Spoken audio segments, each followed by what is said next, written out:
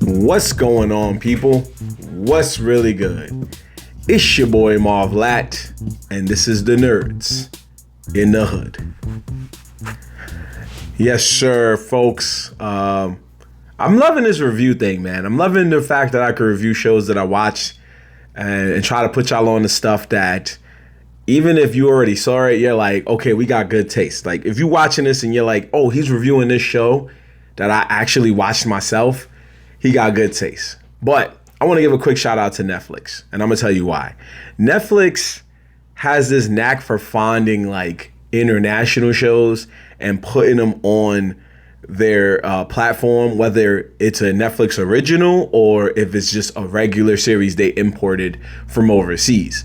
I know in the past, that was how I found the IC Crowd. Like, I found the IC Crowd from some friends like way back, but it came on Netflix and I put a lot of my friends onto it. People Who Just Do Nothing, the Hardy Bucks, a lot of different shows from overseas. Trailer Park Boys, that's not overseas, but you get what I'm saying. A lot of international shows I was able to put people onto because of what Netflix has done, and I feel real appreciative about it. And in the past couple years, they definitely found two from over the pond, aka the London, United Kingdom kind of vibe. And one of those was Baby Reindeer, which you saw last year, got all this recognition, all the awards. Well deserved, by the way. Great series. But they did all of that, and Netflix said, nah, we need something else to run it back. We need something that's just as good as this, maybe even better, to run it back. And they gave us Adolescence. If you've never seen this show, Adolescence, let me tell you. It is 4 one-hour episodes. I think maybe a little over an hour, but it's 4 episodes, not too crazy. You can run through it in a day. Real quick, limited series. This show is, just like The White Lotus has that social commentary where you can speak on it. Just like a lot of these other shows have that commentary that you can speak on. This is a similar vibe, okay? It really blew my mind as to how crazy this was and the ending as well. So again, spoiler alert, if you never seen this series, go watch it and then come back and talk about it. If you don't care about spoilers, hey, enjoy what you're about to watch. So basically, this is a show about a family, the Miller family out in London. And there is a young man named Jamie. And the show really starts with a cop by the name of Luke Bascom, D.I. Luke Bascom, and D.S. Misha Frank. Over there, they got different names for their detectives and stuff like that. They're kind of more fire names, because imagine you get, like, out here in New York, they'd be like, we got Detective Patrolly. You're like, oh, okay, right. But over in Britain, it's like, I'm D.I. Johnson. You're like, okay, that sounds kind of cooler for some reason. I don't know why. I use Johnson instead of Lewis or something, but you get where I'm going with this. Like, this guy's name is D.I. Bascom versus Detective Bascom. You know what I'm saying? Like, to me, I don't know, it has a certain more spicy flavor, Anyway, so this family was awoken to by the police at sometime in the morning, mainly because they had reason to believe that this young man named Jamie Miller unalived a classmate of his at his school or somewhere off grounds or something like that. But they had reason to believe that he did it. So he was arrested on the suspicion of that, right? They came after this kid, and you spend the next 4 episodes watching this kid get arrested, watching this kid go through the system, watching the detectives try to find out if he did it or not, and where was the weapon of choice that he used to take out this person, and watching at the end where the kid just basically was like, yo, I'm gonna plead guilty, man. I was wilding. And that's it. But it's everything that goes on around this. You know what I'm saying? It's the meat in the sandwich. That's sometimes what you gotta wonder. Pause. Sometimes you just gotta find out what's in between that sandwich that makes it so delicious. And that's what the show is about. You could get a premise, you can get a beginning and an ending, but it's sometimes what happens between that beginning and the ending. Sometimes the endings don't really make the sandwich good. Sometimes it's not the beginning. Sometimes it's what happens right in the middle. So, first off, I just want to say Ashley Waters. If you don't know who this man is, he was one of the main stars of the show Top Boy. He goes on a list of me, it's like a Hall of Fame list of actors whether they're good or bad, but notable actors who have played both a cop and technically a villain, all in their acting career. And by a villain, I mean like somebody that the cops are not really supposed to be friends with, and somebody that we really are not supposed to root for, but we root for him anyway. So he was in Top Boy playing a drug dealer, and then now he's in this show playing a cop. And I know there was another show that he did where he was a cop. I remember it came on the CW for a little while. Wait, he was in Speed Racer? This is what happens when you look at IMDb, folks. Anyway, Bulletproof. Yeah, that show was on the CW for a little while in America. I don't know if you can still catch it on their app or anything. It wasn't a bad show. There's also Idris Elba, who was Stringer Bell in The Wire, right? And then he ended up playing Luther. He ended up playing a cop. Ice-T, whom, I mean, he made a song called Cop Killer, and then next thing you know, he plays cops on TV. So it's a lot of guys like that. Wesley Snipes, just different people who can play a bad guy and then turn around and be a cop. Look at, what's his name? Vincent D'Onofrio? Kingpin. But before Kingpin, he was Law and Order. Tried and true Law and Order. You know what I'm saying? So it's a lot of different people that you're like, yo, you can play a good bad guy with a really good guy. Like, it doesn't matter. You can blur the lines. Anyway, yeah, so he's in this. He plays one of the cops that arrest the young man. And then his family is Stephen Graham, who actually was the co-writer of this actual beautiful show. If you haven't seen him before, he was in Snatch. He was the detective in the last Venom movie. So he's been in some stuff. Like, he's been in and out of America on some stuff. He was in Peaky Blinders. A lot of different things. He was in the whole Venom trilogy, actually. Anyway, so what made this show good to me was that they did this whole like one take kind of vibe where the whole show was shot in like this one camera angle that was just kept running and kept running and kept running. And I loved it so much. Like, it just kept going and kept going and kept going. Turns out they did it in a different order where episode 3 was first. But anyway, I'm trying to remember what that show was. Oh yeah, it's just a continuous take, basically. A single continuous take. Each episode was just one take where the camera was coming around different angles and it was getting different shots because they wanted you to experience just the thought processes and the nature of what could happen in one day on each episode. Because each episode, let's be real, each episode basically took place in a day. Right? If I'm right, maybe 1 or maybe 2 days. The first episode I know was it was more than a day. Let's be real. But the first episode happened throughout the span of the kid getting arrested, the kid going through the process where his fingerprints and everything was in the system. He had to take pictures and they needed him to do literally everything. Like, they told that man to strip down, get bucked. You know what I mean? We got to see what's going on there. His dad was like, yo, he's a kid. What y'all doing? They're like, yo, it's part of the game, bro. I'm doing my job. Relax. There's the next episode. They go to the school looking for the murder weapon. They spend the whole day at the school wondering what's going on. The next episode is this young man in therapy. And the next episode was actually one of the better. Look, I can't even say what was really the best episode if I had to choose one. It was probably episode 4, where the family started off the day trying to make the most of it.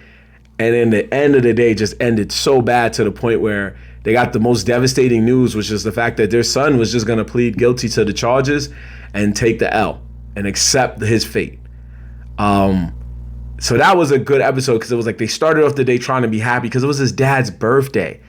It was this kid's dad's birthday. And he's like, yeah, this is a good day. You know what I'm saying? I'm going to make the most of it. And then he got pranked by some random kids. They spray painted his car. He had to get it off. He was frustrated. They was messing with him. Nobody really wanted to give him the respect he deserved. His family tried their best. They get to the store. Some guys at the store like, yo, I seen you in the video about your son, right? Nah, yo, your son ain't do that. And he's like, bro, just give me the paint so I could go get this off my car. Like, it was just a lot of different things a lot of different emotions that he was going through. And I get it. If I'm a dad and that happens to my son, I don't know what to do. Even at the end when they had the whole talk where he's like, I don't understand. They try to understand, like, is it my parenting? What did I do? And his wife is like, nah, it's just life. Like, we raised our daughter and she didn't ever do that. She's normal. Right?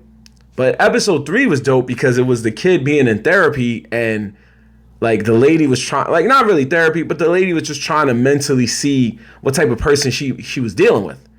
Like, why would this kid go out of his way to, take somebody out like that and put them down for good. And he went through so many mood swings, and it was just a lot of it. And to be honest with you, outside of the whole, unaliving somebody, I saw where this kid was coming from. Like, yes, as a man, we can't sit here and go, oh, life's not fair for us. But why? Because we go through it. When you're 5, 6 years old, sometimes every boy's been told this comment before in their young adolescent life. Hey, man, stop crying. Be a man. Those 3 words are the most confusing words as a child, because if your dad or your granddad or your uncle or some type of male role model in your life tells you that, you don't know how to act. You're like, what does it mean to be a man? I don't know what that means. That doesn't just mean be tough. Like, what does it mean? Do I need to, pay bills? Do I need to go get married? Do I need to go father some other child while I'm still a child? What does that mean? So nobody really knows what it means. And you get told that at such an early age, you're like, what? And it freaks you out. And then you get made fun of, you get teased. And if you try to retaliate in a certain way, you get punished, right? Now, granted, I'm not for hitting women. I'm not for hurting them in any physical way. But if I'm getting roasted, I'm roasting back. I'm just being real with you. We clapping back verbally, because I'm not going to do nothing to you physically. If you try to come at me like, yo, look at your clothes, look at your face, you ugly. Word, well, forget you, then you ugly too. Like, we clapping back. But what happens in those cases? What happens? The girl goes crying, he called me fat. Who's going in trouble? You. So it's those kind of thoughts and vibes that go through it. And that was one of the thoughts and vibes that went through it in here. He was getting teased a lot, online and offline. And now you got to throw that in there too. I grew up I grew up in the non-social media era, right? I'm an old head.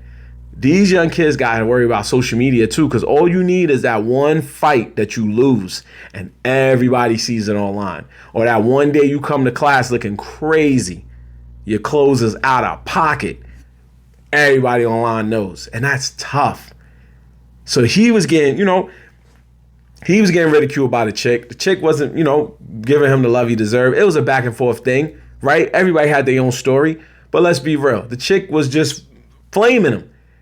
And instead of being like, yo, F you, woman, or something, or just running off pissed, he went off and turned up. And turned up in a way that he shouldn't have. And that's what made this story so real, because your parents are even sitting there like, what have I done? Like, I don't know what I could do to make him better. Nobody knows. And that's what makes it the toughest situation. I'm not justifying what this kid named Jamie did in this show. I'm not saying he should have took that girl out for good. I am not saying that. What I am saying, though, is these are situations that can happen in real life. Actually, this was based on some events that happened in the UK last year, I think a year or two ago.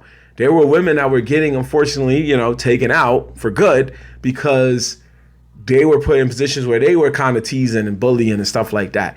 And this world is a lot worse. Cyberbullying is a lot crazier than I even imagined. I didn't even realize the gravity of the situation until I started reading these news reports and watching these news stories. I'm like, Dad, kids is wild. Because when you're young, you get clowned right in the vicinity of the zone you're in, right? You in school, there wasn't no social media for me. So when you're in school, you right there in front of all your friends in a little circle. Yo, look at your man's shoes, they crazy. Are you sad? Yes. But you only got 2 options. You walk away, take the L, or you retaliate and try to take the win. And even then, you might get in a fight. You got to be ready for that too. So there's different things that just make you like, oh my gosh. And this kid went through it. And another example was when, Detective Bascom, D.I. Bascom, his son showed that, he tried to help him with the case a little bit. But his dad was like, yo, you don't talk to me no more. We don't talk. Like, they was going through it. And again, that's where the be the man thing comes in. Because it's like, now we trying to form this bond, but I'm trying to let you have your independence because I want you to be a man. And it's like, I don't even know what that means. So that wasn't the central theme of it, but it played a part where it was just like, this is what it's like growing up in today's world, that pressure of society and that pressure of trying to fit in and that pressure of trying to be cool and accepted. And when you don't get accepted, how do you handle it? Because from what they showed, this kid was a normal kid. His dad couldn't even believe it because he was this normal kid. His dad was like, yo, we raised him right. We didn't, And even then, even in the last episode, I think they do kind of a fun bait and switch for you because they make it seem like it was the dad that influenced the son to go crazy like that. Because when you see in episode 3, the son has random mood swings. And then in episode 4, the father also have random mood swings. But he never did those random mood swings, apparently, around his son. But he's human. And those pressures of life as a child can also be pressures of life as an adult, right? He was having a crazy birthday. Like I said, his son is locked up. His son could possibly do time. He finds out later that his son actually brutally took somebody out. And now you got these 2 random little kids tagging his van, and then they followed him all the way to the store to see the fact that they tagged his van. And then he goes into the store and somebody's talking to him like he's a celebrity, but he's not a celebrity for the reasons that he wants, right? You're not getting pulled up. Oh yeah, that's Marv for Nerds in the Hood. I like your podcast. No, they like, yo, it's Marv for Nerds in the Hood. I heard about what your son did. So that's the kind of like pressures he was dealing with. Like, I'm mad. And it caused him to turn up. My man started throwing paint all over the freaking floor. He's throwing bikes. He almost packs up a kid. Like, it was just so much that in the back of your mind, you're like, that's where the son gets it from. And that's what I thought. But again, that's where the cycle goes. Where it's like, no, the son was just doing that because that was the pressures of his life. And now this is the pressures of the father's life. So everybody has those pressures and it's how they choose to deal with it. And the wildest thing was when the father kept defending his son, like, nah, my son ain't do that. And his son looked him dead in the face. I was like, I ain't do it, yo. Nah, Pop, I ain't do it. Only for them to be like, yo, we got CCTV footage, which is basically security camera footage. They was like, yo, we got this footage right here that literally shows you doing something to this girl. And you can't really see him actually doing it, but it looked like he is. And his dad was like, fam, what do you want me to... He looked at his son like, yo, bro, what's going on, my dude? So it's like, that was a wild situation. Before I go to the rating, I just want to say, one of the best episode, I'm not going to say it was the best episode, but the one episode to me that was pretty crazy was episode 2. The second episode is when the detectives decided to go to the school to look for the actual weapon that was used in the crime. And they went to find at least suspects or just the weapon itself. And they come across, I believe it was an elementary school, right? Like a junior high school, basically. And it was the wildest hour ever. These detectives was walking in the classrooms. Kids wasn't giving them the information, but these kids was wilding for respect. That's why. They was OD turned up. One girl packed some other kid up in the middle of like just a place. She was walking during a fire drill, looked over, saw this kid that she ain't like, packed him up because she was like, you the reason my friend is gone. I can't believe this. Now they talking about sending her to a foster home because she's unstable. It was wild, which again, the pressures of life. She couldn't take the fact that her friend was gone. She was turned up. Another dude, he had the weapon that was involved in the crime. He's running away from the cops. There was a whole scene where my man, with the black detective Bascom, aka Ashley Waters, he basically recreated his Top Boy scene where if you watch Top Boy, there's a scene where your man's just like booking it away from goons. And your man's had to do the same thing, but he had to tone the speed down a little bit because at the end of the day, he would have caught this kid. I believe he should have caught this kid, but they did a whole running scene where he's catching this kid, running up to him, and the kid eventually gets caught. But it was all that. But the fact that this school had so many jokes, fam, they was roasting everybody. Everybody was getting it. Yo, it's your dad. Your dad's a cop. He's a pig. They was roasting the detective's son. They was roasting the kid that got packed up. They was roasting the teacher. A teacher came into the room. He was like, oh, you guys are cops. They said, Lord, come on. To be fair, they did say they was cops, and the teacher walked in and said, are you cops? And all the kids was like, my man, what's good with you, bro? You an idiot, bro. So it was the craziest episode, but not for the reasons of the story, for the reasons that this school was wilding for respect. I was expecting this in the hood, in the United States and all that. I was expecting that in London. And this was like, I'm not even sure if it was a Catholic school, but I know most of their schools, they got to put on like a uniform. These kids were still wilding. They didn't care about no uniform. And that to me was like one of the best episodes just because of that. Like every episode was pure cinema, but that to me was the best one. Anyway, so as we bring down a ratings board here, it's no surprise that this show is valid. It was a really good series. Only 4 episodes, like I said, on Netflix. You could catch up and watch it anytime you want. Standout performances by basically everybody who was in it. It really has you on the edge of your seat when it didn't even need to have you on the edge of your seat. It just has you captivated. And I love a show where at the end of it, you can have a conversation if you're watching it with somebody. Or you could put people on and have a conversation about it later. White Lotus did a good job of doing that. Baby Reindeer did a good job of doing that. And this show does a good job of doing that. And that's not to say that those are the only 3. There's a lot of other shows that have a great job of doing that.